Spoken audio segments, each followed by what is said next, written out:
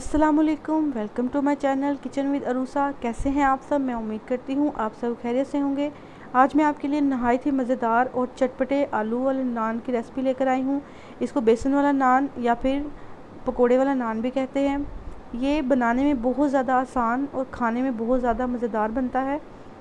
आजकल बरसात के मौसम में कुछ चटपटा खाने का दिल करता है, तो ये रेसिपी ज़रूर ट्राई करिएगा और मुझे कमेंट सेक्शन में बताइएगा कि आपको मेरी रेसिपी कैसी लगी है।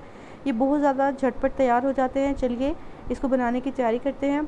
सबसे पहले मैंने 3 अदद आलू लिए हैं।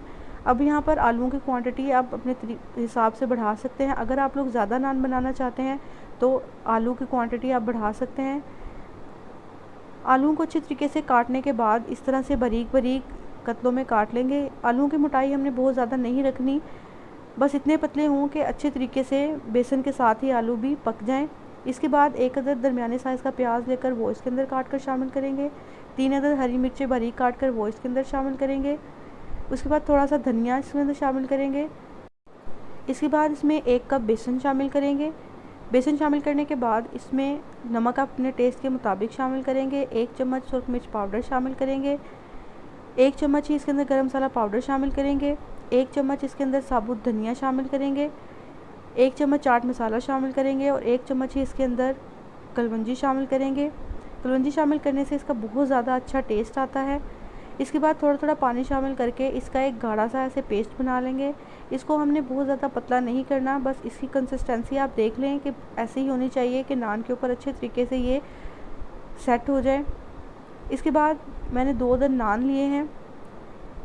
इनको एक नान को मैंने 4-4 हिस्सों में काट लिया है। अगर आप पूरा पूरा नान भी फ्राई करना चाहते हैं तो आप इसी नान के ऊपर आलू और बेसन का बैटर लगाकर इसको फ्राई कर लें, लेकिन ऐसे टुकड़े करने से नान फ्राई करने में भी बहुत ज़्यादा इजी रहते हैं और बहुत नरम बनते हैं, हार्ड नहीं होते।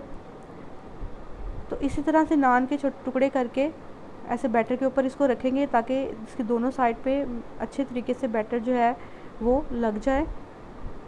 इसके बाद एक कढ़ाई में मैंने तेल अच्छे तरीके से गरम कर लिया था। इसके बाद बैटर लगाने के बाद ये पीसीज तेल में शामिल करेंगे। नान फ्राई करते हुए आंच हमने दरमियानी रखनी है, बहुत ज़्यादा तेज़ आंच पर इसको हम नहीं पकाएंगे। तकरीबन 10 मिनट दोनों साइड पकाने के बाद आलू और बेसन जो है वो अच्छे तरीके से पक गए हैं और बड़ा खूबसूरत सा एक सुनहरा कलर इसके ऊपर आ गया है। इसके बाद इसको एक छन्नी में रख के अच्छे तरीके से इसका एक्सेस ऑयल जो है वो निकाल देंगे। ऐसे ही सारे पीसेस को अच्छे तरीके से मसाला लगाकर फ्राई कर लेंगे। बचपन में स्कूल की कैंटीन से ये नान लेकर खाते थे, बहुत ज़्यादा मज़ेदार लगते थे। इसको आप घर पर बआसानी बना सकते हैं और अपने बच्चों को भी आप घर पर बनाकर दे सकते हैं।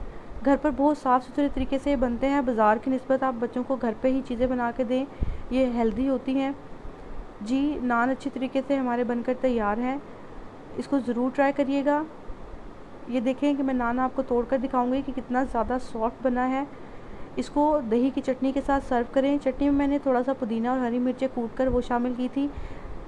अगर आप मेरे चैनल पर पहली बार आए हैं तो प्लीज़ मेरे चैनल को लाइक, शेयर और सब्सक्राइब ज़रूर कीजिएगा। अल्लाह हाफिज़।